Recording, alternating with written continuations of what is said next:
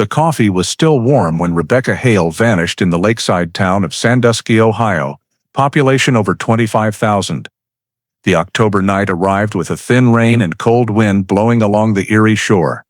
At 11:08 p.m., the convenience store camera captured the 27-year-old clerk folding her apron, waving goodbye to her colleague, and stepping out into the empty parking lot. Her silver Pontiac left the frame, headlights blurring gradually in the rain. The next morning, the coffee cup on the table still held a trace of warmth.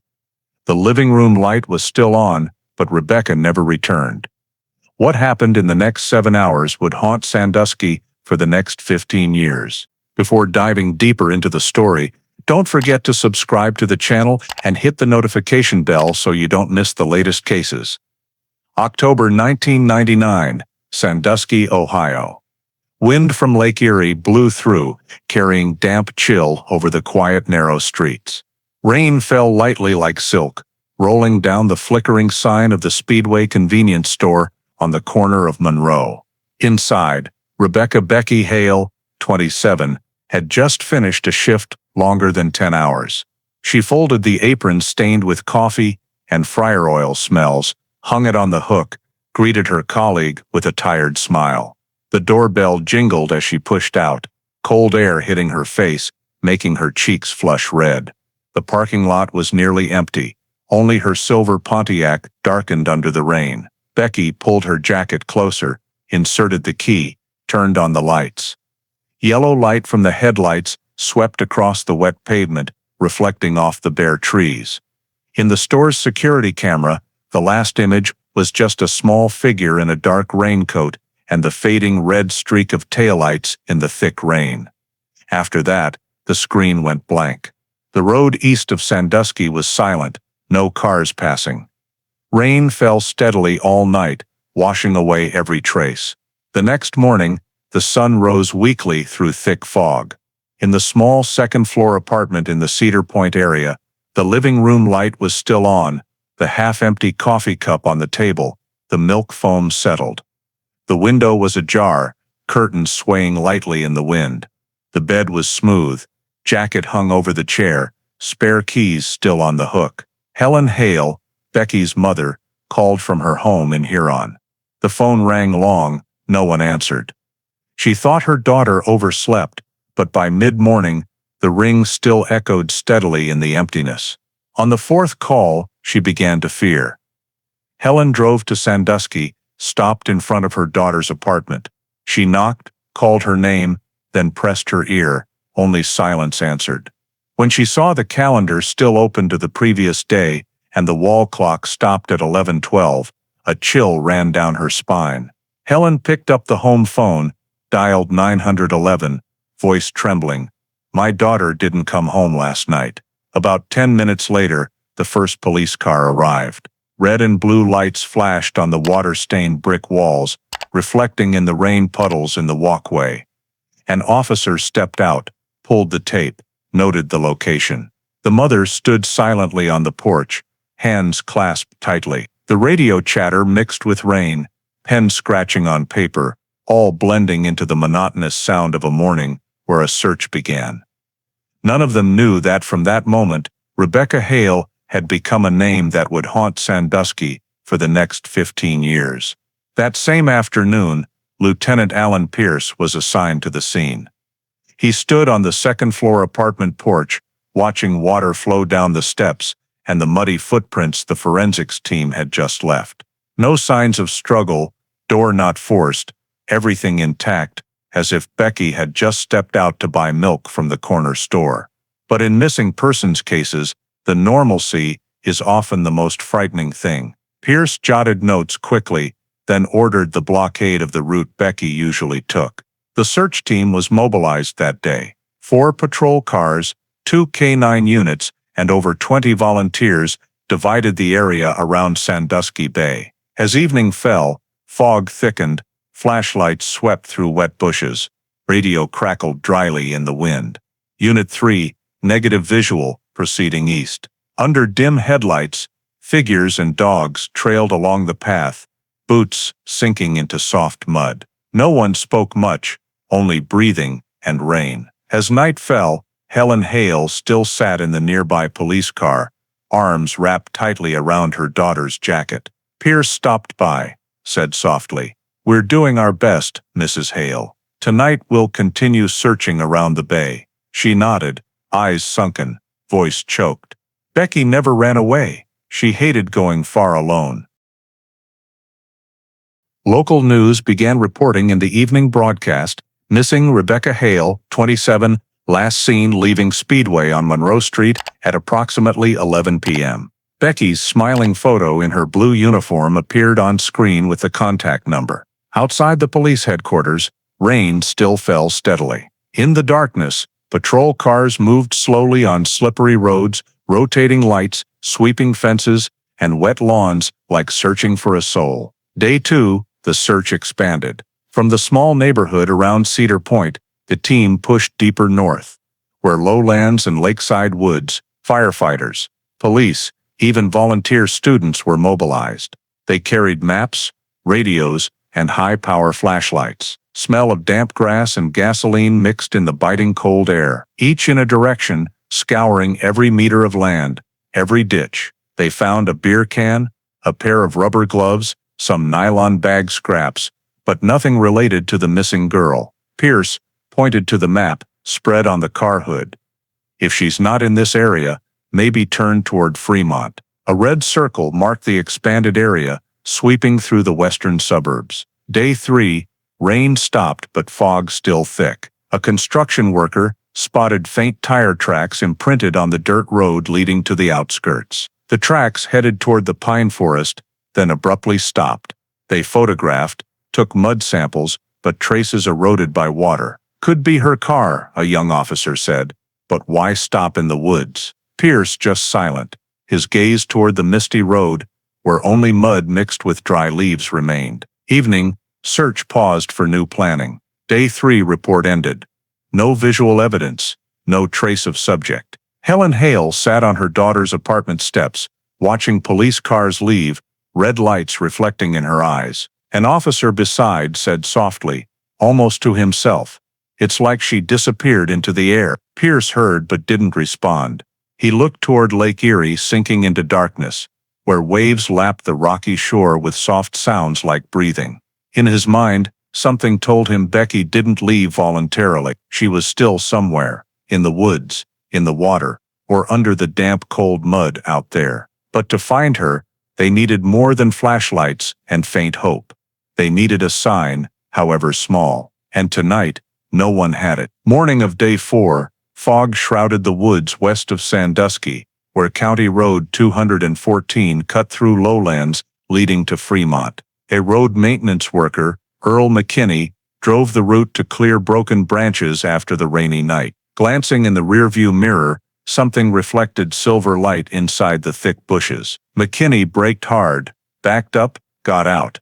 Between two soaked oak trunks, the silver Pontiac Grand Am appeared faintly in the fog, half covered by leaves and mud. He approached, tapped lightly on the window. No response. Inside, the driver's seat pushed all the way back, woman's purse neatly on the passenger seat, strap intact. Doors locked. No blood, no struggle signs. Keys not in the car. McKinney stepped back, pulled radio to call Erie County Police. "I think I just found the missing girl's car," he said, voice low and slightly trembling.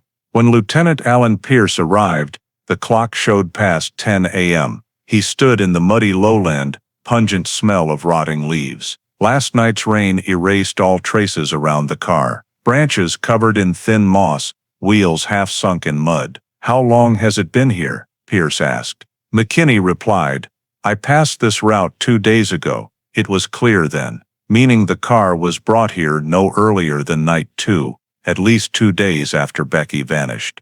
Police stretched tape, forensics team started photographing, filming. Flashlights sparked in the fog like lightning. A forensic officer slipped on gloves, bent to examine details, door handles, shiny clean, no clear fingerprints. Right rear door had small scratch, silver paint stuck from another metal object. On the floor, a few dried mud clumps. "Nothing but what the rain left," a technician said, shaking head. Pierce walked around the Pontiac, stopped at the driver's window. He leaned in, looked through the steamed glass. Seat pulled back too far for Becky's usual driving position. She was under 5'4". She didn't park this car herself, he said softly, almost whispering. Cold wind blew, rustling leaves, sound like the forest's vague answer. When the door opened, musty smell mixed with faint gas wafted out. Becky's purse still there, inside wallet, employee ID, lipstick, apartment keys. Everything arranged neatly, too neatly. No phone, no note, no evidence. She sat in the car that night. Pierce carefully observed the steering wheel. No wipe marks, but plastic still had matte from something like fabric fibers, maybe from gloves. He knew what he was doing, he said quietly. Left nothing. The car was towed by crane, front wheels still dripping black mud. As pulled away, ground beneath revealed deep indent, sign it was parked here at least a few days. An officer noted in the report, vehicle appeared intentionally concealed from roadway view. Pierce stood watching as the car was towed, red lights blinking, reflecting in his tired eyes. On the way back, he stopped at the forest edge, opened notebook, wrote a few short lines. Victim's vehicle moved. Driver not Becky. Tire tracks match Fremont direction. Rain started again, drops pattering on the patrol car roof. He looked through the windshield, where tree shadows reflected like black streaks. In Pierce's mind, the question repeated endlessly. If the person just wanted to dispose of the car, why leave the purse intact? If robbery, why not take wallet, cards, or cash? Everything too clean, too calculated. As if someone wanted to send a silent message. The next morning, the forensics garage in downtown Sandusky was flooded with cold white light. The silver Pontiac lay still in the room like a lone exhibit, covered in moisture. Smell of chemicals, metal, and old car leather blended, creating the heavy air only forensics people knew. On the wall, clock showed 8:27. The tech team began detailed examination under Lieutenant Alan Pierce's supervision. Forensic pathologist Karen Miles, in charge, wore blue nitrile gloves, bent close to the driver's door. "We follow standard procedure, outside in," she said, voice steady. Two others filmed every detail, every scratch, paint chip, dust speck on the dashboard. Mud under the chassis, sampled first. A dark brown clump, mixed with gravel and white sand, scraped with steel knife into test tube, sealed. Sample labeled B214FR, suspected region sign, Fremont Road. "This mud isn't from Sandusky," Karen noted. "Soil here is ashy gray, this is red-brown and thicker." Pierce, nearby, noted in book, "Foreign soil, possible relocation site." As they moved inside, focused lights highlighted dust particles in air. Back seat had small scratch, arc shape, like sharp object scraped. Tech shined UV light, found trace strange fibers on surface. "No blood," he said. "No protein traces." Pierce nodded. "But keep it, could be material from driver's clothing." Another tech used tweezers to pick something stuck between seat cracks. A long dark brown hair, clearly different tone from Becky's light hair. Karen placed on slide, viewed under microscope, wrapped carefully in foil. "No root," she said. "Just shaft. Nuclear DNA hard to extract." Pierce sighed. "Send it anyway. We need any chance, even small." They continued scanning entire interior with fluorescent powder for fingerprints. No usable results. Steering wheel, shifter, doors, handles, all clean like wiped with rubber gloves. Karen looked at Pierce, said low, "This person knows procedure, not amateur." On passenger floor, near footwell, found wet paper scrap with blurred writing. Under microscope, readable characters, Mon 214. Pierce ordered preservation, suspected link to location or route. When first scan ended, adjacent lab sent interim report, no human or animal blood traces, no fibers matching victim's clothes, no clear fingerprints. All they had was mud, hair, back seat scratch. Karen leaned on table, removed gloves, voice hoarse after hours. Brain erased everything. If someone drove this car, he did it very carefully. Pierce replied, eyes on seal board, not just careful, planned, parked in Fremont, then moved here, or vice versa. He stopped pen, wrote neat note, vehicle relocated post-event. Afternoon, soil and hair samples transferred to crime lab analysis in Columbus. Preliminary results back after 3 days. Mineral composition in chassis. Mud, high in hematite and kaolinite, characteristic of clay soil south of Fremont, about 35 miles from Sandusky. Pierce read report, silent a moment. So the car was in Fremont, he said, almost affirming. As night fell, he still sat alone in the garage. The Pontiac, now still in sealed area, tarp covering half, condensation on silver paint, like cold sweat. He removed glasses, rubbed eyes lightly, then looked through rain-spotted glass door. In white neon light, the car seemed breathing, holding fragments of memory from a night everything vanished. The girl, the road, and answer to biggest question, what really happened after 11 p.m. that night. Pierce closed notebook, wrote final line before turning off lights. Evidence inconclusive, but trajectory leads southwest. Fremont must be revisited. Outside, distant thunder echoed, lingering like Lake Erie's breath. In the thick silence of the forensics room, only the hum of dehumidifier and faint chemical smell remained. A bloodless disappearance, no body, no witnesses, but now, a direction. Fremont, 35 miles. A car moved after it ended. And for Pierce, it meant just beginning. 2 days after the Pontiac was towed back, Lieutenant Alan Pierce and the investigation team returned to the area where the car was found. The woods along County Road 214, still damp with fog, silent as if nothing happened. Winding dirt road, flanked by reeds and waist-high weeds. Search team now replaced by interrogators, their task no longer digging mud, but sifting human memory. In missing cases, Pierce always believed someone saw something, even if they didn't realize. List of 40 witnesses compiled in 1 day, mostly residents around Fremont area, long-haul drivers, and night shift workers from nearby factory. First interview at old gas station off highway. Truck driver named Gary Fulton recalled, around 11:30 that night, I was resting at the stop when I saw headlights flashing in the woods. Thought someone stuck, but then it went out. Pierce asked, did you see anyone? Fulton shook head. No, just lights move a bit, then dark. Figured someone's car broke down. Pierce's note after interview, possible vehicle relocation activity, light source consistent with Pontiac headlamps. He knew the detail matched estimated time car brought into woods, between night 2 and dawn 3. The second witness, Mrs. Linda Corbett, lived on a farm more than a mile from the scene. She said she was woken around midnight by a small bang, like a car door slamming hard. Her husband thought it was the wind knocking down the barn roof, so they didn't go out to check. When Pierce asked again, which direction did the sound come from, she pointed toward the woods. From there, short, sharp, then silent. After that, the dogs barked, but quieted quickly. The others the team interviewed, diner staff, night security, an early morning fisherman, all said they saw nothing unusual besides heavy rain and thick fog that night. The entire Fremont stretch had no surveillance cameras, and the nearest toll booth had long overwritten the tapes. Pierce looked at the map hung in the meeting room, sparse red pins, then said softly, she was there. Then she wasn't.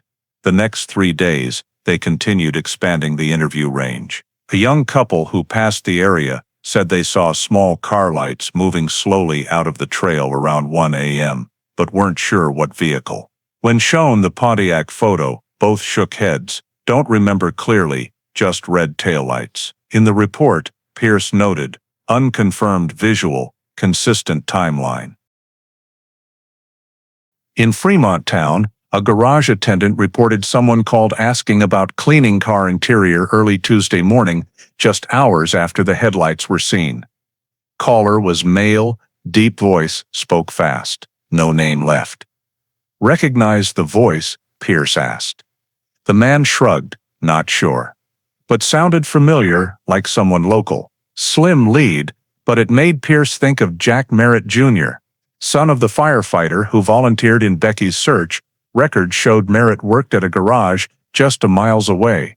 He said nothing, just marked a small black dot next to his name in the notebook.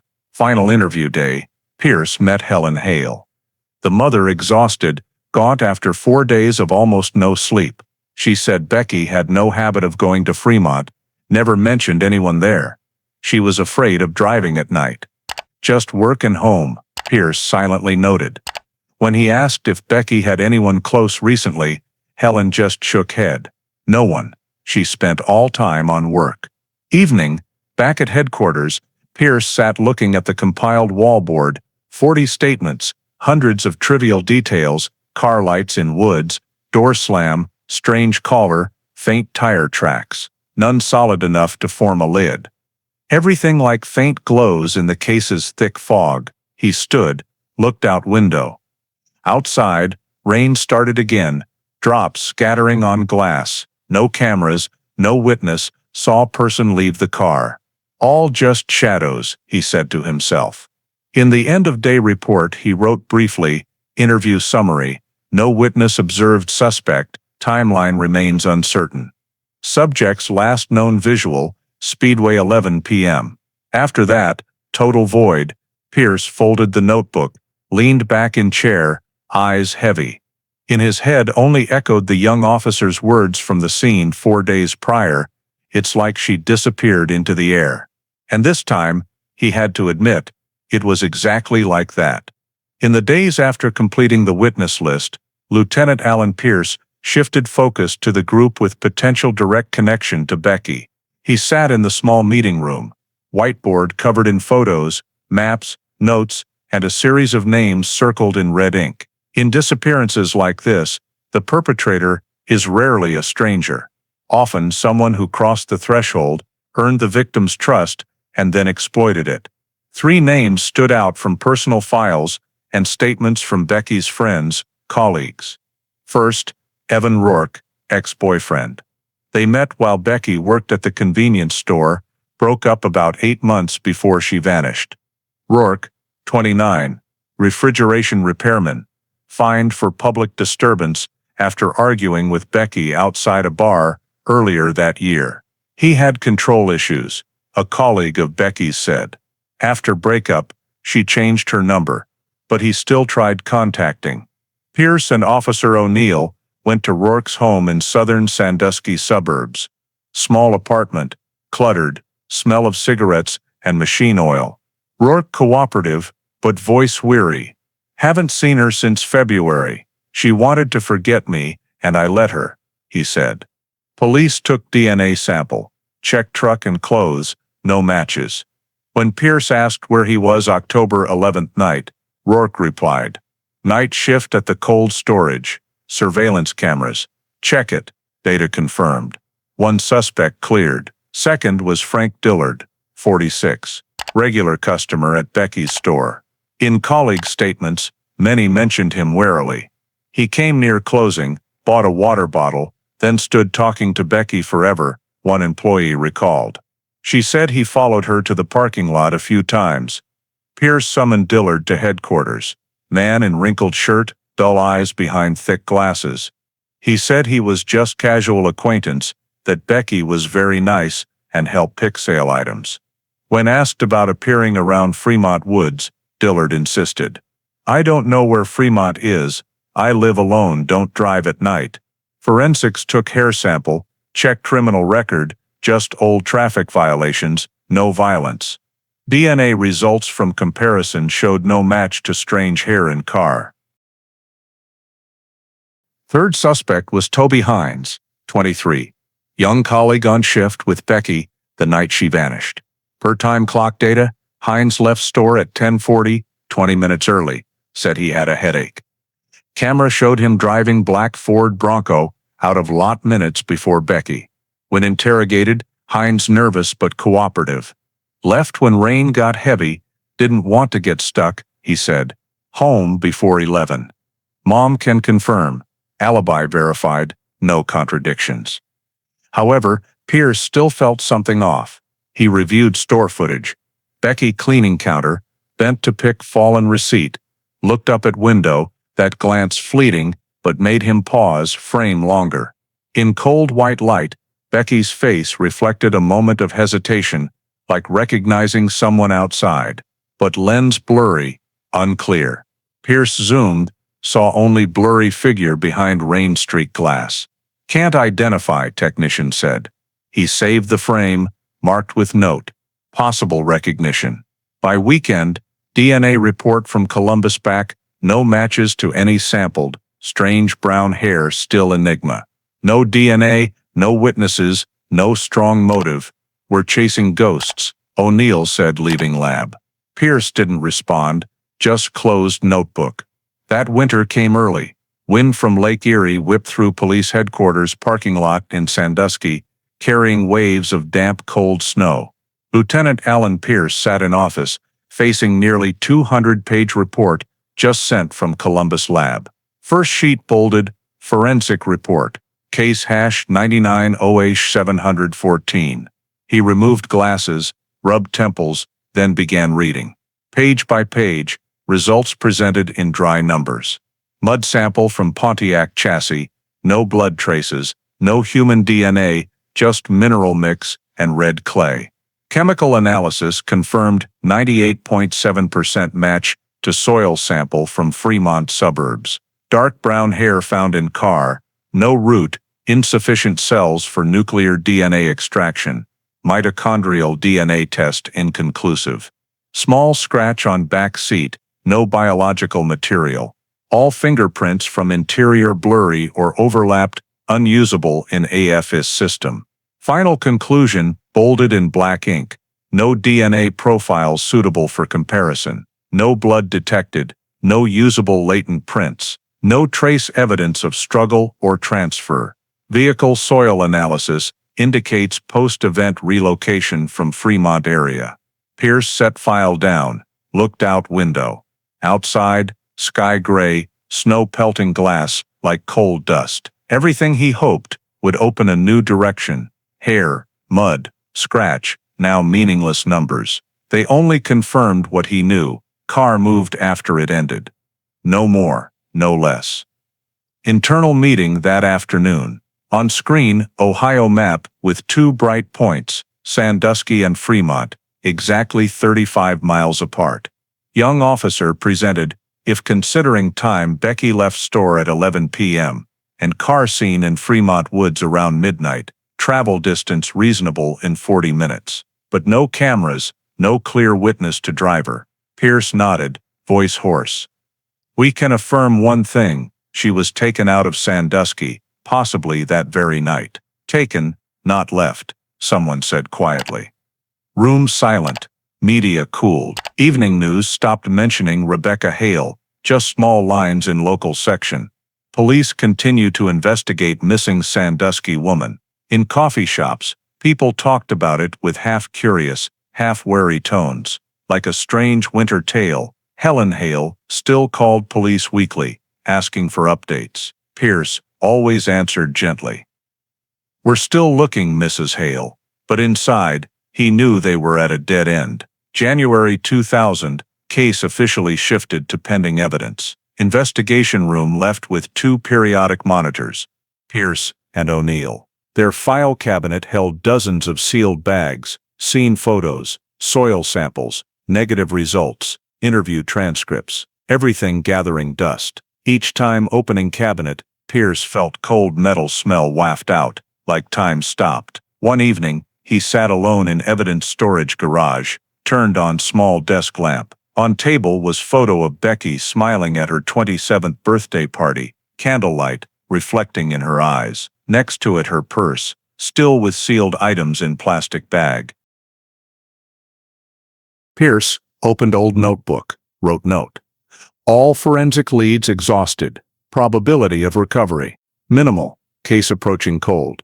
He paused, pen, then wrote one more sentence. Handwriting slow and heavy. We lost her twice, first in the night, then in the lab. From then, file hash 99OAH714. Only reopened for periodic reviews. No new witnesses, no anonymous calls, no matching DNA in national database.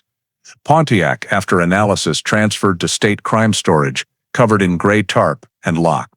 In asset catalog, Pierce's final note remained: vehicle relocated post-event, no forensic progress. Early 2001, nearly 2 years after file #99OAH714, officially shelved in cold case, a small lead appeared, fragile, but enough for Lieutenant Alan Pierce to reopen the dusty documents. It came from an administrative sweep when State Office compiled list of victims' contacts for civil data cross-reference program. In that catalog, a detail caught his eye. Rebecca Hale attended basic fire safety training at Fremont Fire Department, June 1999. Fremont. Exactly where car chassis mud matched. Pierce raised eyebrow, wrote question mark on margin, then searched course registration files. Instructor, Jack Merritt Sr., 58, retired firefighter, taught escape and basic fire prevention skills to local convenience store employees.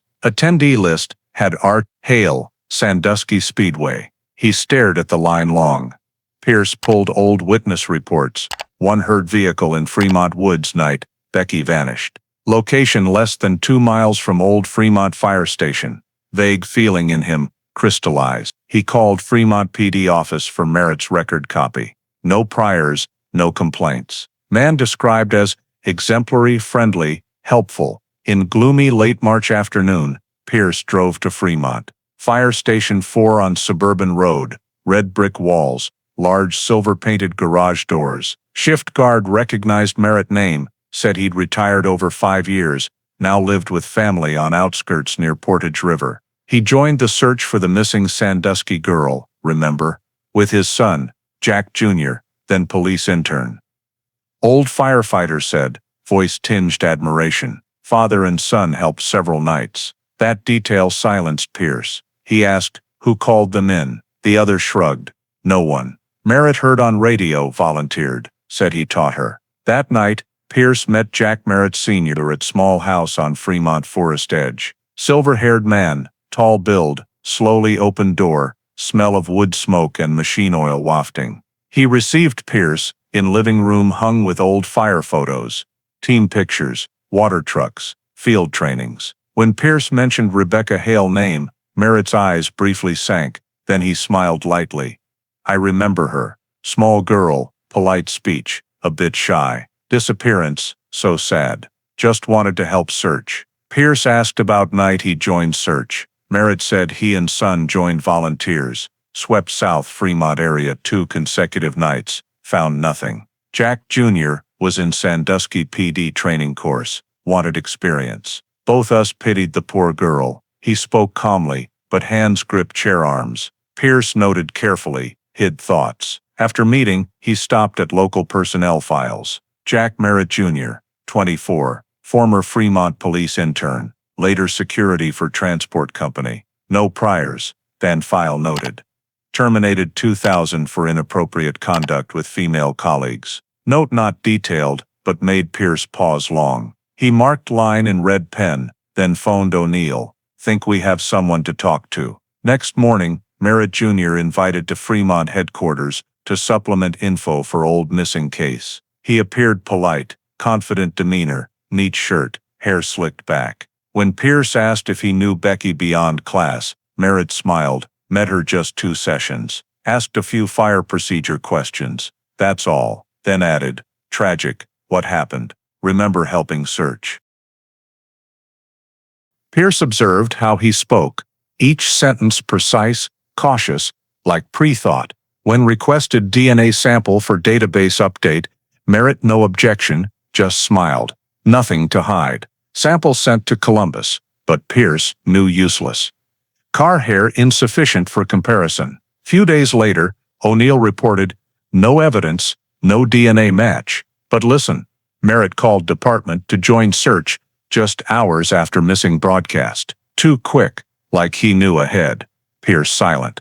He looked back at Fremont map, marked Merritt home in red pen, then drew thin line to Pontiac find spot. Distance, 3.2 miles. That night in empty office, he reopened case file. Next to Becky photo was list of search participants. Merritt name appeared twice. Father and son, clear handwriting, top rows. Pierce took red pen, underlined, then circled. No evidence, but proximity, access, familiarity. Name flagged, Merritt.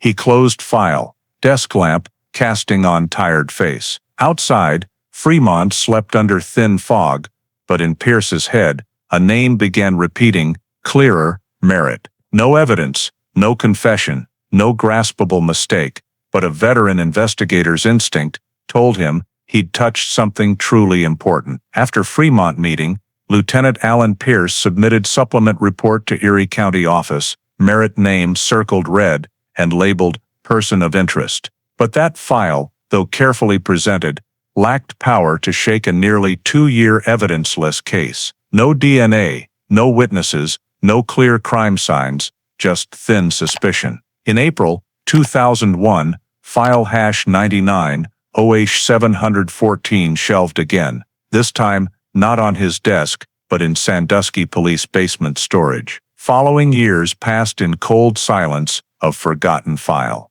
Fremont changed, woods, where Pontiac found partly cleared for new road. Rebecca Hale's disappearance, gradually just story mentioned in summary meetings, as example for cases lacking criminal elements. Alan Pierce, then transferred to Violent Crimes Unit, handling newer, more concrete, fiercer cases. But in old wallet compartment, he still kept a 3x4 photo of Becky, cut from initial file, now ink-blurred by year. Each year, in October, exact disappearance month, Pierce sent internal memo to Columbus Forensics, requesting reanalysis of samples, hair, mud, seat traces, all rechecked with newer tech, and each year same result, no result. Year 2003, insufficient material for analysis. Year 2006, no identifiable DNA. Year 2009, no database matches nationally. Each time reading last line, he just folded, put in drawer, then wrote same margin note. Science just hasn't caught up yet. That phrase gradually became his sole mantra to keep believing it wasn't over. Time passed, colleagues who investigated Becky with him left the force. O'Neill retired early, Karen Miles moved to teaching at State Forensics Academy, and Pierce, now nearly 60, more gray hair, still sat in small office by ground floor exit. People said he was the never-let-go type cop, holding on to unresolved cases. He just smiled, no denial. Sometimes, while organizing files, he still paused before evidence fridge. On second shelf, sealed bag labeled Pontiac, Hale case. Still there. Dried mud in glass tube, strange brown hair, blurred receipt, all lying still, as if time froze with the vanished girl's fate. 10 years passed, then 12. In Sandusky, people stopped mentioning Becky Hale. Media called her the girl who vanished between towns. Occasionally, on anniversaries, local station replayed old news with dry anchor voice.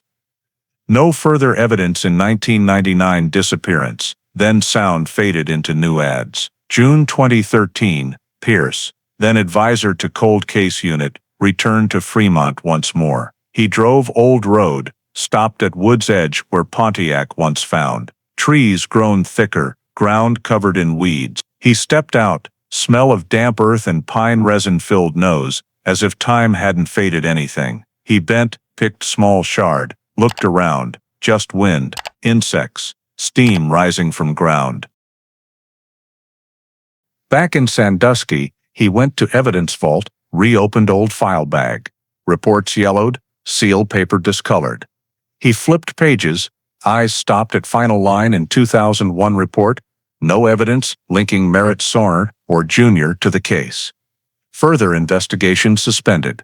Pierce pulled out a black ballpoint pen, circled the word suspended again, then quietly said to himself, not the end, just a pause. He looked at the photo of Becky in his wallet, now faded to the point where only the bright eyes and half-shy, half-gentle smile were recognizable. 14 years had passed, but for him, that case had never truly gone dormant. In the hallway outside, the automatic lights gradually turned off. In the darkness of the cold room, Only the light from the desk lamp shone on the old file, where the words Case #99OA714, Rebecca Hale, still showed clearly through the thin dust. And in that quiet moment, Alan Pierce knew one thing for sure. He hadn't found the answer yet, only because science hadn't caught up to memory. But one day, when technology was strong enough, when someone reopened those seemingly dead samples, the truth would return. Like Becky, though vanished in the night, had never truly left Fremont, or the mind of the old investigator hunched over those cold files. August 2013. Fremont's weather was stifling hot, the smell of earth and asphalt dust blending in the air. The crew from Miller & Sons Construction was leveling an abandoned lot along County Road 198 to expand access to a new industrial park.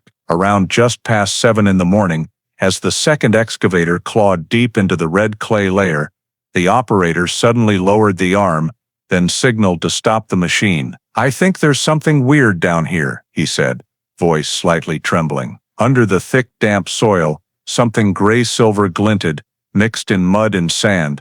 A length of nylon rope rotted over time, wrapped around a small, torn piece of fabric. The site supervisor reported immediately to Fremont Police. When the forensics team arrived, the scene was cordoned off. Lieutenant Alan Pierce received the call from the Erie County office near noon. The duty officer's voice rang through the phone. "You should come to Fremont, Alan. They just found something that might relate to the Hale case." He was silent for a few seconds. That name, after 14 years in memory, now sounded like an old heartbeat. Pierce drove along the trail leading to the site. Still Fremont, still the distinctive red clay smell rising after last night's rain. But this place was no longer the damp, dark woods of 1999. Trees chopped bare, replaced by open dirt and temporary steel frames. He stepped out of the car, onto the soft, wet mud, watching the forensic staff bent over the pit mouth. They had marked the discovery point with yellow plastic stakes. "We found it at about 30 centimeters deep," the technician reported. An old nylon cord section, about 2 feet long, knotted at both ends. Wrapped around a cotton fabric piece, looks like clothing or a bag. No bones, no other objects. Pierce bent down to look, eyes fixed. The nylon cord soaked wet, fibers corroded by soil and time, but still recognizable in weave structure identical to the type of rope he'd seen in Becky's Pontiac trunk in 1999. "I want full testing, DNA, soil analysis, fiber check," he said decisively. The entire evidence was sealed in moisture-proof bags, numbered specimen 130812FR. Soil around the area was also sampled. Another technician picked up a few fabric scraps, said quietly, "Looks like women's clothing, small size."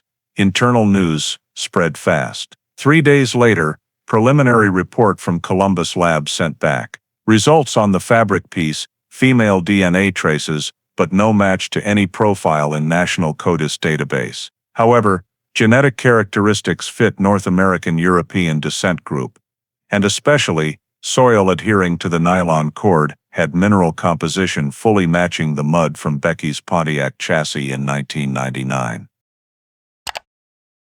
Pierce read the report, feeling a chill run down his spine. 14 years passed, and now, that mud, the evidence he'd once thought meaningless, returned like a call. He picked up the phone to call the investigation chief. "Reopen the Hale file. I want all documents out of storage. Start today." That afternoon, in the old meeting room, the file cabinet was opened again. Old sealed bags, notebooks, 1999 scene photos, all spread on the long table. Yellow light cast on Becky's photo, bright eyes, hair tied neatly, young face in Speedway uniform. 15 years ago, he'd promised not to let this case die. And now, that promise revived. Mud matches, nylon same weave structure, unidentified female DNA, Pierce said. Voice even but hand gripping the pen tightly. Someone was here, and someone knew her. He pointed to the Fremont map, where the discovery point was less than 3 miles from the old Merritt family home. Need to verify if this area was owned by them in 1999. Fremont investigation team began searching land records, And indeed, the wasteland was once the edge of an old workshop, where Jack Merritt Sr. had been a local volunteer firefighter, then bought in 1998 as a storage shed. After his death in 2009, property transferred to the son. Pierce looked at results, lips pursed, eyes tracing the map. Everything started forming a strange logical chain. The car found over 3 miles away, matching soil type, and now, nylon cord, possibly once belonging to this place. Fremont appears again, he said softly, as if only to himself. Late evening, when everyone left the room, he sat alone, looking at the spread old files. Memories of 1999, flooded back, rainy night, abandoned car, trembling mother calling her child, damp forest smell of Fremont. He lifted Becky's photo, finger lightly touching the frame glass. You're still here, aren't you? Room lights dimmed gradually, only computer screen blue light shining on the newly entered system line. Case hash 99, OH714. Rupened, August 2013, Investigator, A. Pierce. After 14 years of silence, Rebecca Hale's disappearance was officially reopened, and this time, Fremont was no longer just a location in reports, but the start of all answers. Early 2014, when snow still covered Lake Erie's surface and gray fog hung over Fremont's forests, an envelope was urgently sent from Columbus State Lab to Erie County Office. Bold headline: DNA Reanalysis Report. Specimen 130812FR. Lieutenant Alan Pierce received it Monday morning, just as he was brewing coffee. The paper inside cold and thin, but each word slowed his heartbeat. Partial match identified. After nearly 15 years, technology had caught up to his faith. Columbus Lab first deployed next-generation DNA sequencing, technique to amplify and analyze DNA from extremely small samples, previously deemed unusable. The DNA sample from the 2013 nylon cord, rotted fiber mixed with mud and oil, considered worthless for over a decade, now re-extracted, filtered and auto-scanned against national database. Results made both techs and investigators pause. Recovered genetic sequence partially matched Jack Merritt Jr. DNA sample, stored in employment file when he was Fremont Police intern in 1999. A partial match, not full coincidence, but enough to confirm physical contact between evidence and person. Pierce read the report over and over, eyes stopping at final line. Low probability coincidence. Recommended classification: potential contact DNA. Secondary transfer unlikely, meaning the chance this DNA was there accidentally was extremely low. Someone, Jack Merritt Jr., had touched that cord, and if the cord was near Becky, or found with her fabric piece, it meant he was with her the night she vanished. Pierce stood, walked to window, looking at snow-covered backyard. Fremont sky leaden, silent. He felt a familiar sensation, dormant for years, a cop's instinct when a real lead appeared. 15 years, he muttered. Technology finally spoke. That afternoon, he gathered the old investigation team, only a few familiar faces left. Karen Miles, now state forensics consultant, attended by a video call. O'Neill retired, but present, silver white hair, hoarse voice. They sat around table, old and new files stacked. What do we have? O'Neill asked. Pierce opened report, pushed to table center. Nylon cord, Fremont soil sample, unidentified female DNA, and now, partial match to Merritt Jr. Karen said over speaker, partial match isn't charging evidence, but with such low contamination data, random coincidence under 0.2% means direct contact or his item at scene. Pierce nodded. And he lived 3 miles away. He pointed to wall map, red circle marking, cord find spot nearly overlapping old Merritt home address. In 1999, he said knew her only from class. Now DNA says otherwise. Next morning, he submitted formal request to Erie County Court for Fremont reinvestigation warrant. In 6-page petition, Pierce wrote, based on newly available DNA evidence and geographic proximity, further investigation into the Merritt residence and associated properties is warranted. Warrant approved after 3 days. January 21st, 2014. Pierce, with 2 cold case unit agents, returned to Fremont. Merritt family home on Riverbend Road, less than 4 kilometers from nylon cord discovery site. House front moss-covered, slanted roof, peeling painted door. Neighbor said, Mr. Merritt Sr. died 2009. Jack's still around, does security tech or something. Sometimes I see him stop at old house at night. Pierce looked up to second floor window, old gray curtain still drawn. He didn't knock, just stood, hearing wind whistle through wooden frame. 1999, Fremont image overlaid present. Rain, Pontiac, red mud. Everything led here. Back at headquarters, he received another email from Columbus. Subject, additional DNA correlation update. In email, lab reported reran sample with hybrid filtering between CODIS and state internal database. Partial DNA sequence further matched an indirect sample.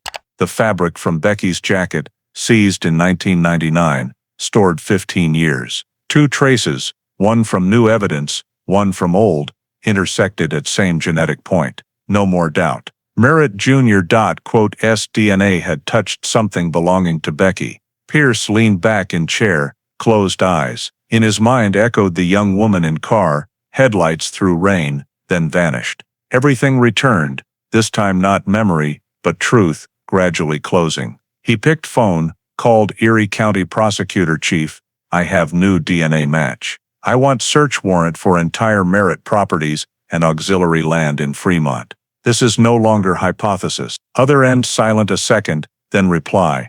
Okay, Pierce, do it. When he hung up, clock showed 9:47 p.m. Outside, snow started falling thick, covering Fremont roads white. In small room, neon light cast on old files, final line of DNA report still glowed on paper.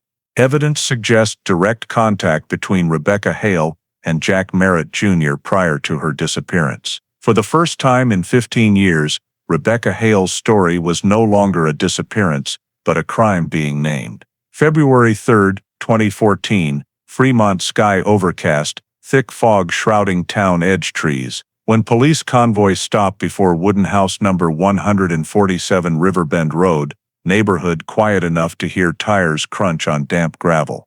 Lieutenant Alan Pierce stood on roadside, eyes on old moss-green slanted roof.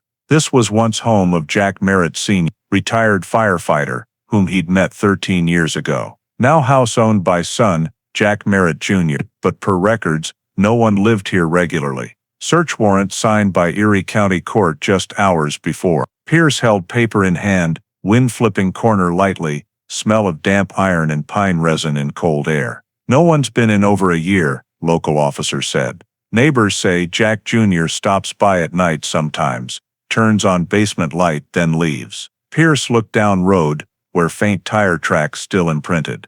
That's enough, he replied, signaling forensics team to open door.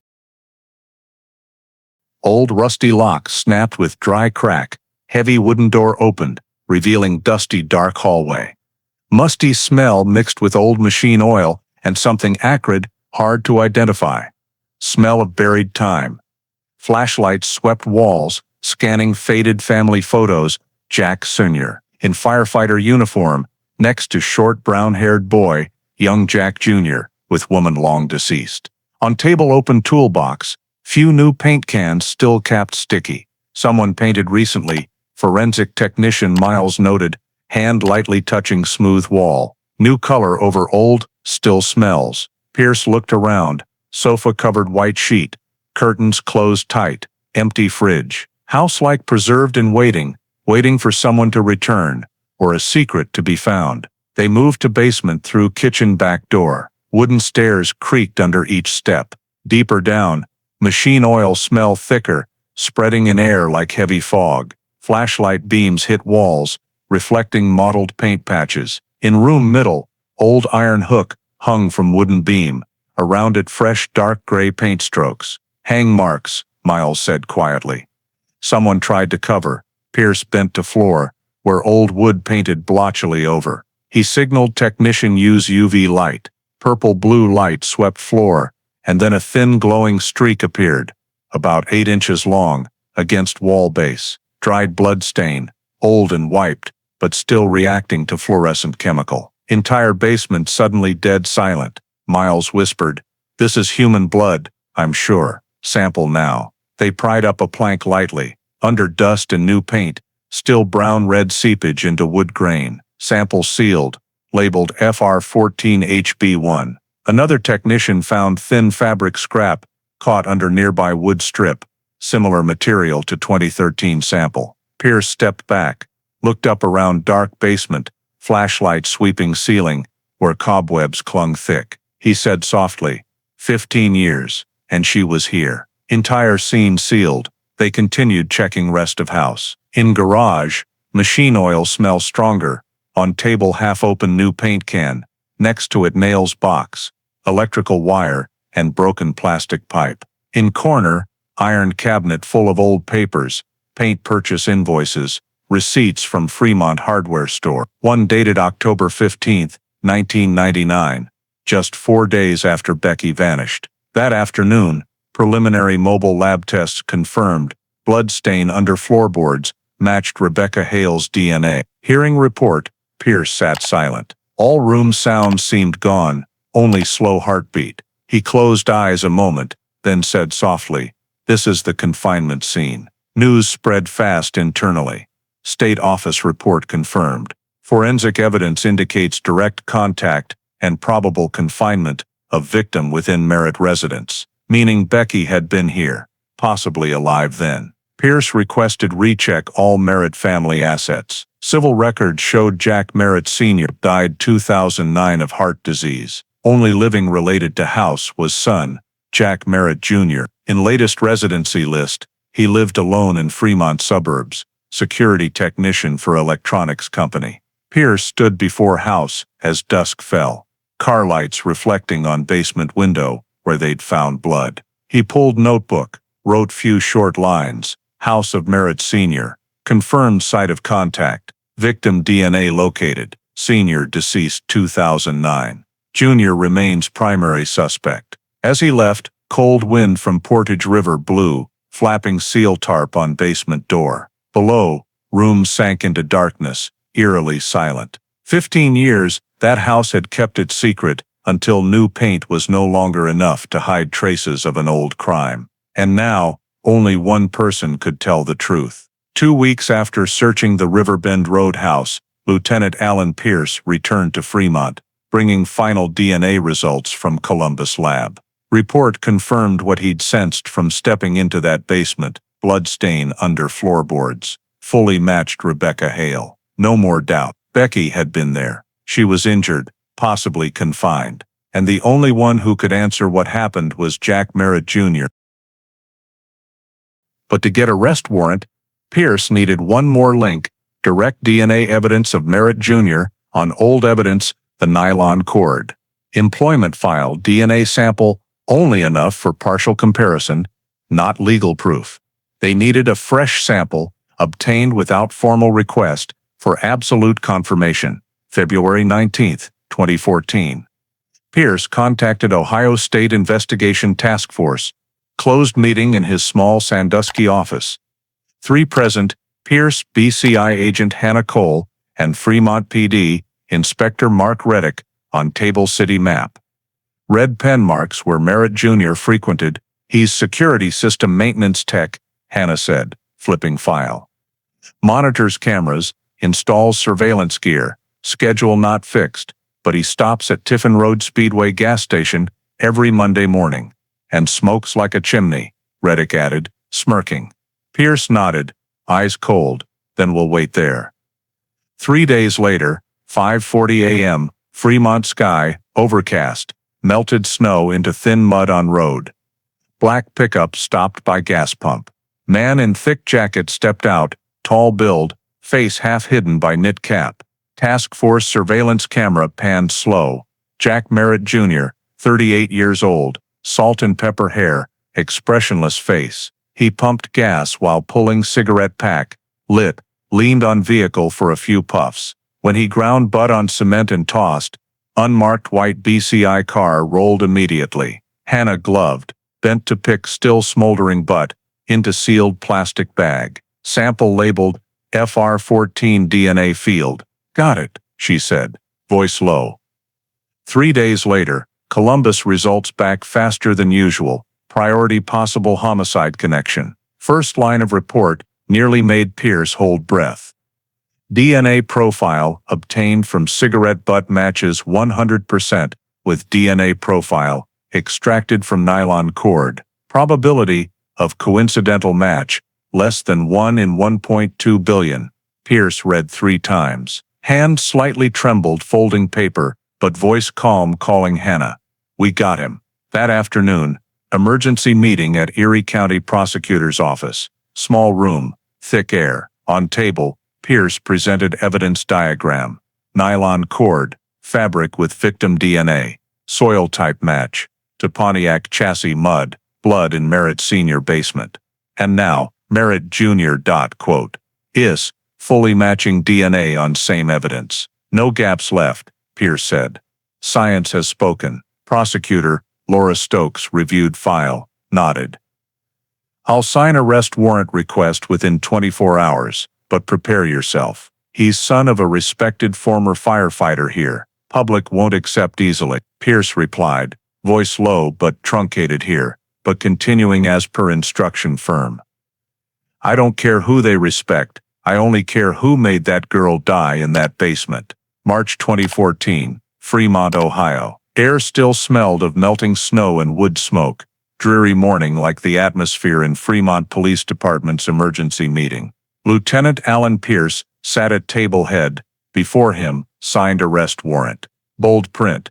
State of Ohio versus Jack Merritt Jr. Below Erie County Prosecutor, Laura Stokes' signature. After nearly 15 years, the name once just a file note now official suspect. SWAT ready, Agent Hannah Cole said, voice low. He's home since last night. Neighbors saw his truck in yard, second floor light on all night. Pierce nodded, dark circled eyes but focused bright. No risks, no shots. Get him out in 3 minutes. 5:17 a.m. Birchwood Drive residential area still in fog, only dim yellow streetlights and tire whispers over melting ice. 7 Fremont PD SWAT, in black tactical gear moved like shadows around 2-story brick house. Living room light, still dimly on. Inside, Jack Merritt Jr. sat at table. Before him half-empty beer glass and computer open to local news page. Door burst as screen clock hit 5:19. Police, Fremont PD. Hands where I can see them. Shout echoed. Flashlight beams swept room. Merritt Jr. startled up, dark circled eyes, lips tight. In moment, he didn't react, just stared at guns pointed, white light reflecting on table. Pierce entered right after SWAT captain, voice low clear, Jack Merritt Jr. You're under arrest for suspected kidnapping and murder of Rebecca Hale. You have the right to remain silent. He said, not a word. No protest, no question why. Just extended hands forward, slowly. Cuffs locked on wrists with cold. Click, as they searched house, everything unnaturally neat, file cabinets organized, polished wood floors. But second floor, in small room at hall end, forensics found old wooden chest, inside stack of papers, old photos and brown leather notebook with rotted corners, written in trembling hand, Jack Merritt Sr., Pierce donned gloves, opened it. The smell of old paper mixed with smoke and paint wafted up. The first pages were notes on firefighting work, shifts, safety reports. But in the middle of the notebook, the handwriting became messy. Lines written hastily, interspersed among technical ones. October 11th, 1999. The girl came here again. She wanted to talk to Jack. She panicked in the car. I tried to calm her. Things went wrong so fast. Pierce stopped. There was no line after that. The rest of the page was torn off. He looked at Hannah, voice lowering. His father met her that night. And he, Merritt Jr., definitely knew. The moments after unfolded in tense silence. Merritt Jr. was led out of the house, head slightly bowed, green and red police car lights flashing on his cold, impassive face. Neighbors began peeking through curtains, a few stepping onto porches whispering, "Jack, what did he do?" Pierce didn't look around, just walked behind the escort team, boots thudding heavily on the wet ground. He didn't resist, didn't ask anything, just kept eyes down on the ground like someone prepared for this morning long ago. At the scene, forensics sealed the chest, the notebook, along with a hard drive in the computer. An officer called out, "Sir, in his folders there are copies of old Hale case files, photocopies from newspapers, from 1999. Pierce nodded slightly, not surprised. He was still following it. 15 years, and he never left it. By noon, Merritt Jr. was transferred to Erie County Detention Center. Media swarmed outside headquarters, cameras panning along the iron fence, reporters shouting, "Can you confirm the suspect is the son of a Fremont firefighter? Did police find the victim's DNA in his house?" Pierce only replied briefly, "The case has been moved to criminal prosecution. All details will be released when the court allows." In the short press conference, prosecutor Laura Stokes announced, based on physical evidence, authenticated DNA results, and personal notes from the deceased Jack Merritt Sr., "We are formally charging Jack Merritt Jr. with kidnapping and first-degree murder." Each word rang heavy. Lenses panned to Pierce, who maintained a calm to the point of cold. He knew this was just the start of a longer chain. Interrogation, cross-examination, trial, and finally confession. But for the first time since October night 1999, he could write in the record the line he'd awaited for nearly 2 decades. Case #99-OH714. Active criminal prosecution. Returning to the office at day's end, Pierce placed Merritt Sr., his notebook on the desk, light casting on the faded words. She panicked in the car. I tried to calm her. He closed eyes, envisioning Becky Hale again, headlights piercing rain, streak of light vanishing around dark curve. "This time," he whispered, "we heard you now, Becky." The Rebecca Hale case, once a cold file for 15 years, now had a defendant, evidence, and an indirect confession from the dead. But the biggest question remained ahead. What did Jack Merritt Jr. do with the girl's body? And in the silent darkness of the interrogation room, Pierce knew, just one more step, the truth would emerge. The interrogation room at Erie County Sheriff's Office was small, gray-painted concrete walls, cold white fluorescent light casting down on the scratched metal table. A ceiling corner camera recorded every movement. Wall clock showed 9:07 a.m. Jack Merritt Jr. sat still, hands cuffed in front, deep-set eyes, gaunt cheeks after 2 days in custody. Before him, Lieutenant Alan Pierce opened a thick file folder, papers, scene photos, DNA test results, all aligned like surgical knives awaiting the first incision. "Jack," Pierce began, voice even and low, "I don't want to drag this out. I was in Fremont in 1999. I remember that night clearly. The girl named Rebecca Hale. You knew her." Merritt Jr. looked down at the table, shifted shoulders slightly. "I told you," he replied, voice hoarse. "I only met her in the training class. Nothing close." Pierce didn't respond immediately. He flipped a photo, pushed it across the table.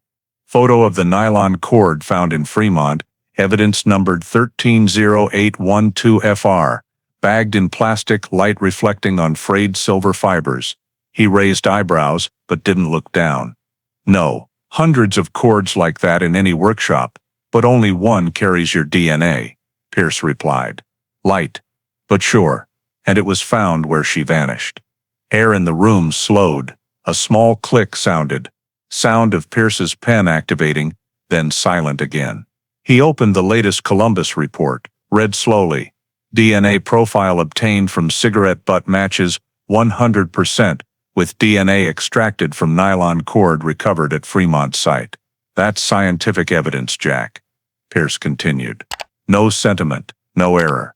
"You were there." Merritt Jr. leaned back in chair, sighed through teeth. "You're making it up," he said quietly. "You want to pin it on me because my dad's dead, no one to defend me." Pierce looked straight at him. "I'm not making it up, Jack. I follow evidence. And your father. He paused, opened the sealed brown leather notebook, placed it gently on the table. Your father left a diary. Merritt Jr. stiffened. He stared at the notebook as if it emits sound. Pierce opened to the marked page, pushed toward him. She panicked in the car. I tried to calm her. He looked at the words, hands trembling lightly. After a moment, he chuckled softly, voice strained. You don't understand. He was losing it. My dad was sick then. Then tell me, Pierce said, calmer voice. Where is she? You say your dad was losing it. So tell me what is true. Silence. Only air conditioning hum. He glanced at ceiling camera, then back at Pierce. I need a lawyer. Pierce nodded. You'll have one. But listen to me, before you close your last chance to be human. He leaned in, voice low. She had family, Jack. Her mother never cleared Becky's last coffee cup from the table. 15 years, she's still waiting. You know that feeling? Merritt Jr. clenched hands, eyes reddening. 1 minute, 2 minutes passed. Clock hands ticked softly. Pierce pulled out 2 more photos, one dried blood stain under Merritt's Cian house floorboards, shot under fluorescent light. One Rebecca Hale from 1999 missing file. Gentle smile, brown hair tied neatly. He placed the 2 photos parallel. She was in your house. Under the basement floor, you can't deny. He closed eyes, bit lip. Long after, his voice broke like breath. I didn't kill her. Pierce didn't react. He waited. My dad, he called me that night. Merritt said, voice shaking. Said Becky came, wanted to talk about the training. He said she was crying, panicking. Then noise. I heard him yell. It was an accident. I got there, and she was lying there. Head hit the car door frame in the garage. He was panicking. So was I. Pierce still silent, but eyes not leaving him. You said we, meaning you helped him cover. Merritt nodded lightly, hands shaking. He wouldn't call police. He was scared, told me just help bury her. I was young. I didn't dare oppose. And you buried her where? Pierce asked, voice hoarse. He looked down at table, lips trembling. No answer, only pen tapping slow rhythm on steel. 1, 2, 3 times. Jack, Pierce said softly. You left her there 15 years. Now at least give her a real place to go home. Silence stretched nearly a minute. Finally, he looked up. Dry eyes, choked voice. Behind the old foundry, North Fremont. Abandoned lot, turn into truck yard. Old drainage pipe, half buried, down there. Pierce closed eyes a flash, then stood. You sure? Yes, Merritt said, breath stuttering. We dug the hole with my dad's fire shovel, poured dirt mixed sand. Then he cemented the pipe mouth to keep animals out. Entire room silent. Hannah, standing behind one-way glass, looked at Pierce through thick glass, nodded lightly. Pierce gathered file, looked at Merritt last time. Thanks for saying it, Jack, even late, he said softly. Eyes on void. I didn't want her hurt. I just wanted it over. Pierce left the room, door closed, lock sound small. He stood leaning on hallway wall, deep breath. In observation room, Hannah waited, holding phone. I recorded it all. Confession enough for excavation warrant. Call Fremont scene team, Pierce said, voice still calm. Old Foundry North. Start at dawn. On interrogation table. Merritt still sat, hands cuffed, head bowed. Camera still rolling. Recording moment he repeated in weak breath. She panicked in the car. We didn't mean to kill her. As Pierce stepped out of building, wind from Lake Erie blew strong, swirling last season's snowflakes into night.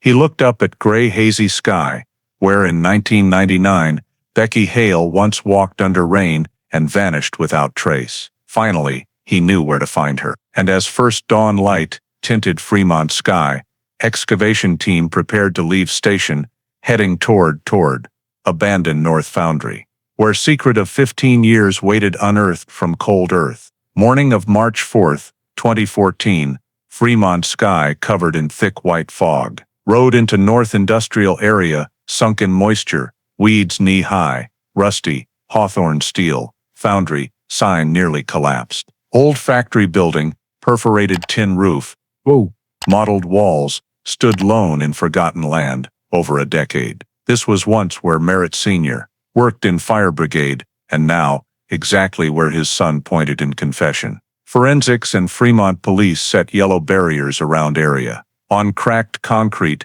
scene photo vans, appraisal trucks, and specialized haulers parked in long row. Rusty iron smell, mixed with pungent damp mud. Lieutenant Alan Pierce stood steps from scene, arms crossed watching rusty drainage pipe protruding from ground, eyes steadfast but deep. "Start here, appraiser," Dr. Miles said, low voice. She knelt, used small trowel to scrape fine clay layers around exposed pipe part. Others spread tarps, turned on lights, photographed every angle. A technician ran metal detector along pipe edge, signals beeped steadily, until stopping at point near pipe base. "Object below," he said. Entire team silent. Miles breathed Glubach, dug slow with small shovel.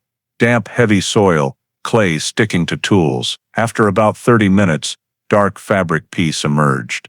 Dirt stuck, rotted, only corner recognizable as denim material. "Looks like jeans," she said. Below, mixed in mud, a gray sneaker, laces broken off. Camera shutters clicked continuously, each discovery noted meticulously. Then, as they dug deeper a few inches, Miles stopped hand. In light, small ivory bone fragment appeared, first piece after 15 years. No one spoke, all just watched. Miles delicately brushed with brush, dusting fine soil, revealing part of cracked skull, stuck with mud and roots. Pierce approached closer, removed hat, stood silent. Wind from Lake Erie blew over wasteland, carrying old iron smell and skin-cutting cold. 15 years, and now, Rebecca Hale was found. "Record GPS coordinates," Pierce said softly. "Full panorama shots, then forensics collect samples." As they worked, another technician spoke. "Sir Pierce, we found this." He held up silver bracelet, thin and dimly shining, surface engraved 3 letters. R.H. Pierce looked at jewelry, recalling old file photo. Bracelet, Becky's mother. Described in 1999 report. "Birthday gift from me to her," engraved initials on face. Entire team dead still. Miles placed bracelet in evidence bag, code FR14RH01, then turned to Pierce. "We have physical confirmation." By mid-afternoon, excavation nearly complete. Body, or rather Becky's remains, lay shallow under clay layer, just under 30 inches deep, wrapped in mud and interwoven roots. Technicians sketched diagram, marked position, head direction and depth. Soil structure showed hole dug with small tool, then hastily filled. At pit edge, clumsy cement smear, exactly as Merritt Jr. S confession. As body lifted from earth, special plastic body bag covered fully. Everyone stood still a moment. Insect sounds mixed with wind whistling through tin roof, vague like prayer. Pierce removed gloves, placed hand on plastic bag, said softly, almost whisper, 15 years of silence end here. No one replied. Dr. Miles just nodded. Light voice. "We'll bring her home." Bag carefully placed in forensics van. Meanwhile, Pierce received call from state lab, preliminary appraisal, on first bone fragment, showed DNA fully matching Rebecca Hale's stored profile. Official confirmation, after full sample analysis, he said softly. "Thanks, I understand." Evening, old foundry area sealed off. Seal tape strung around drainage pipe, warning sign erected, crime scene, do not cross. Yellow police car lights reflected on wet ground, shimmering like drifting sparks. Pierce stood alone at fence edge, looking down at dug depression. In his mind, memory pieces assembled complete chain, abandoned Pontiac, Fremont mud, nylon cord, Merritt House basement diary, and now, old steel foundry. Everything fit, as if truth always lay ready, just waiting enough patience to reveal. Dr. Miles approached, handed him temporary report sheet. Subject identified as Rebecca Hale, female, age 27, at time of disappearance. Cause of death pending autopsy. Burial depth, 28 inches. Condition: partial skeletal remains consistent with long-term decomposition under clay soil. Pierce folded paper, pocketed it. He looked afar, where sunset covered rusty foundry roof. In that moment, he didn't think of court, didn't think of sentence. He only thought of Helen Hale, the mother who waited 15 years to know where her daughter was. As forensics convoy left, wheels crushed mud, leaving deep tracks on road out of industrial area. Fremont wind blew stronger, carrying fading engine sounds. Behind, old drainage pipe lay bare in empty ground, like a pit mouth just closed. Rebecca Hale finally found. And from that moment, Fremont was no longer just town of cold cases, but witness to justice's return, though belated, though bought with 15 years waiting in darkness. March 7, 2014, just 3 days after Rebecca Hale's body excavated, Erie County Prosecutor's Office fell into emergency operation state. Stacks of files, sealed samples, scene photos and appraisal results spread full on long table. Prosecutor Laura Stokes sat in room middle, blonde hair tied neatly, black-rimmed glasses slid down nose bridge. Morning light shone through thin curtains, illuminating line she just typed on file cover. State of Ohio versus Jack Merritt Jr. Charges: accessory to murder, obstruction of justice, tampering with evidence. Lieutenant Alan Pierce stood leaning on door, cold coffee cup in hand. He'd witnessed too many cases, but none entwined crime, family and time like this. Stokes looked up as he entered. We have it all. Now to assemble pieces. On whiteboard in room middle, Stokes wrote 4 lines in red pen, numbered Rebecca Hale DNA, matches body excavated at Fremont. Jack Merritt Jr. DNA on nylon cord, evidence linked to scene. Confession pointing burial location, led to body discovery. Jack Merritt Sr. diary, direct description of incident. All interconnected, Stokes said, firm voice. No longer hypothesis, this is purposeful action chain. Concealment, evidence handling, and initial investigation interference. Pierce nodded, approached table, looked at stacked photos, rusty drainage pipe, RH silver bracelet piece, bone fragment, appraised nylon cord. Enough to prosecute, he said. But we need clarify boundary between accident and crime. Stokes opened Merritt Sr.'s notebook, flipped to faded line page. She panicked in the car. I tried to calm her. This is key, she said. This sentence proves his presence and direct intervention. Though he's dead, it confirms context of Jack Jr. S statement. Both involved in cover-up. She pointed to Merritt Jr. photo in interrogation. Deep-set eyes, cuffed hands shining under light. Jack Jr. thinks blaming father will help avoid charge, but law doesn't view calm as innocent circumstance. His father may have caused death, but he helped bury body, clean scene, and stay silent 15 years. That's obstruction and tampering, undeniable. Pierce sipped cold coffee, low voice. I still want to prosecute accessory to murder, even just concealment. But when he joined body disposal, he helped principal offender escape. And per confession, if he knew she was still breathing when dragged away, that's no longer post-death. Room silent few seconds. Laura Stokes looked up, eyes on him. You believe she was still alive when they buried? Pierce replied, voice hoarse. I believe. Nullable possibility. What they call accident may just be excuse. Stokes noted it, then turned to legal aids. I want autopsy report in 48 hours. Determine exact cause of death.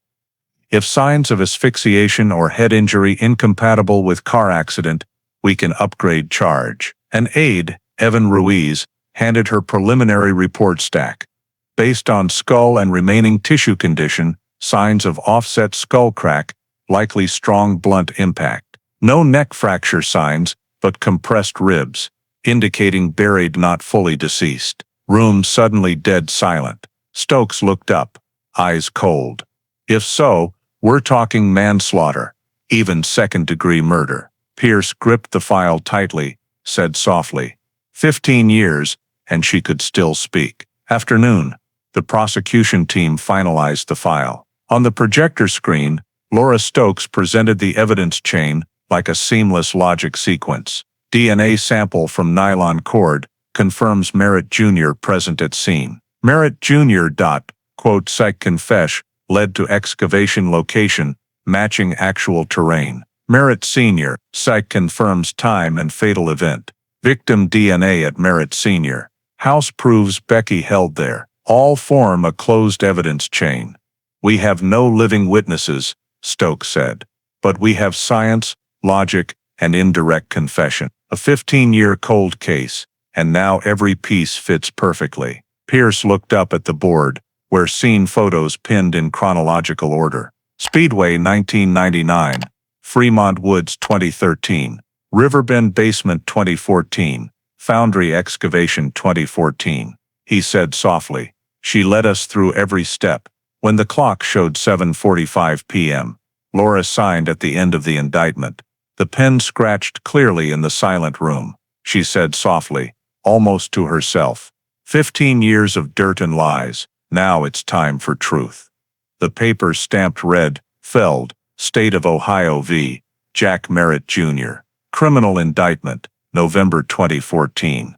Erie County Courthouse, Sandusky, Ohio. The old yellow sandstone building, where county justice weighed by time, evidence, and sometimes patience of people who refuse to forget. Opening morning, wind from Lake Erie, blew cold, swirling yellow leaves around mossy steps. In courtroom 3, spectator seats packed full. Local press set cameras in back row, front row Helen Hale, silver hair, hands clutching daughter's photo. 15 years waiting, and now, she would hear what really happened. Trial State of Ohio v. Jack Merritt Jr. officially opened at 9 a.m. Judge Eleanor Kingsley presided, her voice low and decisive reading. Opening. The jury will hear evidence from both sides on charges of accessory to murder, obstruction of justice, and tampering with evidence. We will begin with prosecution's presentation. Prosecutor Laura Stokes stood, neat in gray suit. Before her thick document stack, color-labeled tabs, DNA, evidence, confession, journal, timeline. Your Honor, ladies and gentlemen of the jury, she began. This is not a case about an impulsive moment. This is a story of choices. Choice to stay silent. Choice to conceal. Choice to let a woman buried in darkness for 15 years. On large projection screen behind, Stokes displayed first image, nylon cord in sealed bag, close up under fluorescent light. Next, Merritt Sr. House basement photo where dried blood found, then Fremont steel foundry, excavation, rusty drainage pipe, bone fragment, silver bracelet engraved RH. Each slide change, mouse click echoed softly in dead silent space. Stokes continued, Rebecca Hale's DNA found under the Merritt family house floor. Defendant Jack Merritt Jr. ESDNA, identified on nylon cord, item used to bind or move body, and his own confession led forensics to body discovery site. We have recording, scene map, direct admission. She played short interrogation clip, Jack Merritt Jr. ES voice low hoarse in speakers. Dad lost control. She hit her head. We didn't mean to kill her. Behind the old foundry, north lot, under the drainage pipe. That sound silenced the room. Helen Hale bowed head, hands trembling, lips mouthing prayer softly. Defense attorney Peter Lang stood when prosecution ended presentation. Tall, steady demeanor, calm voice. Ladies and gentlemen, my client is not a killer. He was a panicked son, pulled by his father, a former firefighter, icon in this town, into a tragedy. The father caused the death. Jack only helped hide what happened. No malice, no murder plan, no evidence he struck. He paused, looked at prosecution. He only helped hide what was already done. Stokes responded immediately, cold voice, and by doing so, he helped bury justice. Trial day 2, Alan Pierce took witness stand. Lights shone on his face. Deeper wrinkles, more gray hair than 1999, but eyes steady as steel. Attorney Lang began, Mr. Pierce, you pursued this for 15 years. Did you ever think Jack Merritt Jr. innocent? Pierce looked straight. I considered every possibility. But evidence doesn't lie. Did you see him kill Miss Hale? No. So what makes you believe he's guilty? Pierce exhaled, then said slowly. Because he stayed silent. He knew, he saw, he helped conceal. He let that mother live 15 years, not knowing where her child was. He kept the truth buried for 15 years. Courtroom silent. Jury exchanged glances, eyes shifting. A woman in back row sobbed, sound choked in throat. Day 4. Prosecution called forensic expert Dr. Karen Miles to testify. She presented autopsy results, offset skull injury, signs of oxygen deprivation, soil in lungs indicate victim still breathing lightly when buried. Death not instantaneous. Stokes asked, in your opinion, was this an accident? Miles replied decisively, no, prosecutor, this was intentional act to conceal death. Attorney Lang objected, but judge overruled. Day 6. Trial entered final arguments. Laura Stokes stepped to room center, voice clear, each word cutting air like knife. Rebecca Hale had no second chance. She trusted them, and was betrayed. Today you have chance to speak for her, to give her a voice after 15 years silence. No one has right to bury truth, even for blood ties. When his turn, Attorney Lang said briefly, Jack Merritt Jr. is not a monster. He was a son pulled into tragedy. His greatest guilt is cowardice, but cowardice is not murder. Jury left room to deliberate at 3:42 p.m. Helen Hale gripped hands, eyes up to high wall where American flag hung in AC wind. Time passed thick slow. 2 hours later, jury room door opened. All stood as group entered. 4-person, middle-aged woman, read verdict. Voice calm but heavy. On the charge of accessory to murder, we find the defendant guilty.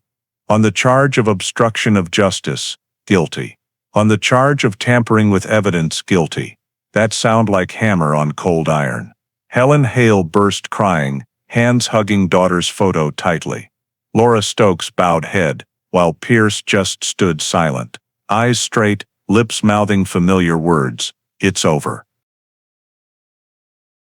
Judge Kingsley gavels, voice even, Jack Merritt Jr. The court sentences you to 18 years in the Ohio Department of Corrections, consecutive terms for each count. You will be eligible for parole after 12 years served. Jack Merritt Jr., no reaction. He just sat, hands on table, eyes empty. As police came to cuff, he turned to Helen, said small, voice shaking, I'm sorry. She didn't respond, just turned away, tears rolling long. Outside court, early snow fell light. Press crowded steps. Laura Stokes stepped out with Alan Pierce. A reporter asked, Miss Stokes, do you think 18 years enough for 15 years suffering? She paused, looked straight at Lenz, no sentence enough to compensate a life. But today justice spoke. Pierce stood beside, hand gripping file. Wind flipped paper edge, revealing bold print. Case closed, 990714. He looked up at pale gray Erie sky, said softly, 15 years, and she's finally going home. Behind, Helen Hale stood on steps, daughter's photo pressed to chest. She looked up at falling snowflakes, whispered softly, we found you, Becky. Wind blew through old Sandusky streets, carrying distant church bells. After 15 years, Rebecca Hale disappearance, once a community's wound, finally closed in silence, with a sentence, a truth, and a mother who could bring flowers to her daughter's true grave. 2 days after sentence pronounced, Fremont woke in heavy silence. Small town, peaceful enough residents, still greeted at grocery doors, now flooded with newspapers, bold headlines dominating front pages. Former police officer's son convicted in cold case murder. Fremont firefighters, legacy tarnished by son's crime. On local radio, host read news slowly, as if fearing hurt community's memory, honoring Merritt name. While many disbelieved, some cried re-watching old photos of Jack Merritt Sr., firefighter hailed hero in 1984 factory fire. But now, that honor shattered. tied to son's guilt. The whole town knew them, Fremont flower shop owner told reporter, eyes red. No one expected it to end like this. A family that saved people, then buried one. In Sandusky, Erie County Police Office besieged by press 3 straight days. Reporters crowded asking if others involved, but Lieutenant Alan Pierce said only one sentence before lenses: the case is closed. Justice has spoken. Then he turned back, leaving behind sea of cameras and rain pattering on coat shoulders. That afternoon, rain blurred entire Lake Erie. Cold water, strong wind from Canada direction, carrying salty taste and rust smell from old docks. On South Shore, near Sandusky Bay Marina, Hale family held small memorial for Rebecca. No media, no speeches, just few dozen people, mostly relatives, and those who joined 1999 search. Young Rebecca photo placed on simple wood stand, beside white flower vase and silver bracelet engraved RH. Returned to family after testing ended. Her mother, Helen Hale, in long brown coat, trembling hands holding wild daisy bouquet. She bent down, placed bouquet at lake edge, where water lapped softly on rocks, then said softly, "You're home now, sweetheart." No one held back tears. An old friend of Becky's, now over 40, said quietly, "She always loved this lake, where she sat hours just listening to waves. Maybe this is where she needed to return." Few meters away, Pierce stood silent, dark coat soaked in rain. He held no umbrella, didn't step to front row, just stood at back, hands in pockets, eyes gazing misty water surface. 15 years ago, he drove this road every night after shift, still thinking, if Becky alive, she'd be somewhere near Lake Erie. Now he knew, she never left. One from old search team approached, hand on his shoulder. "You kept your promise, Alan. You said you'd find her, no matter how many years." Pierce just shook head lightly. "Not me." She led the way. He recalled each piece: silver Pontiac, Fremont mud streak, nylon cord, Merritt House basement, father's diary, and confession in cold room. Every trace, however small, like calls from the departed. And now all silent, rain heavier. People gradually dispersed, only Helen remained at water edge, hand lightly touching photo. Pierce approached. Placed umbrella down beside her. "Thank you," she said, hoarse voice. "Without you, I wouldn't know where my child was." Pierce looked afar, lake blurred in rain screen. "No need to thank," he said softly. "We just returned what should never have been lost." As she left, he still stood, eyes not leaving water. Wind whipped strong, cold rain drops, stinging down collar, soaking skin, he whispered, almost to himself. She finally came home. Evening, TV news broadcast memorial images, with commentary, Rebecca Hale, missing since 1999, recovered 2014. Her story reminds us that no secret stays buried forever. Pierce watched clip in empty office, screen light reflecting on file, stamped case closed. He folded it, placed on shelf, among dozens other files, still unresolved. Each bore a name, a family still waiting. He turned off light, stood by window looking out at rain-flooded Sandusky City. Distant train whistle sounded, mixed in wind, lingering like region's sigh. On desk, old Rebecca photo still lay.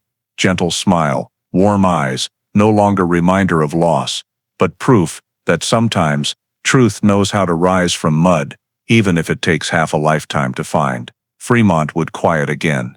But Rebecca Hale's name would stay with them, not as a case, but as a gentle warning that even the deepest buried things, sooner or later, will rise under light. The story of Rebecca Hale is not just a criminal case closed after 15 years, but a powerful reminder of the value of truth, perseverance, and faith in justice in today's American society. In a country where technology and information speed develop daily, this case reflects how modern forensic science, like next-generation DNA sequencing, has become a key tool helping people like Lieutenant Alan Pierce bring truth to light, no matter how long time stretches. In America, faith in the legal system relies not just on courts, but on the relentless efforts of those enforcing justice. People who believe that evidence never lies, it only waits. From this story, American readers can see a familiar but profound message: silence is also guilt. Jack Merritt Jr. did not directly kill, but stayed silent for 15 years, letting a mother live in pain and a town sink in doubt. That silence reflects what American society still faces when we choose not to speak against wrong, whether from fear, honor, or family ties. We also prolong suffering. The Rebecca Hale story thus not only tells of a decoded case, but is a metaphor for society. Truth does not vanish. It is only buried in time, and human responsibility is to keep digging to retrieve it. In today's America, where justice sometimes arrives slow but still arrives, that lesson still echoes that justice needs not only science, but patience and courage to never give up. If you believe justice can come even late, hit subscribe to the channel to join us. Continuing the journey, exploring cases slept in darkness. Thank you for following Rebecca Hale's story. See you in the next episode, where another secret is pulled up from the cold earth of the past.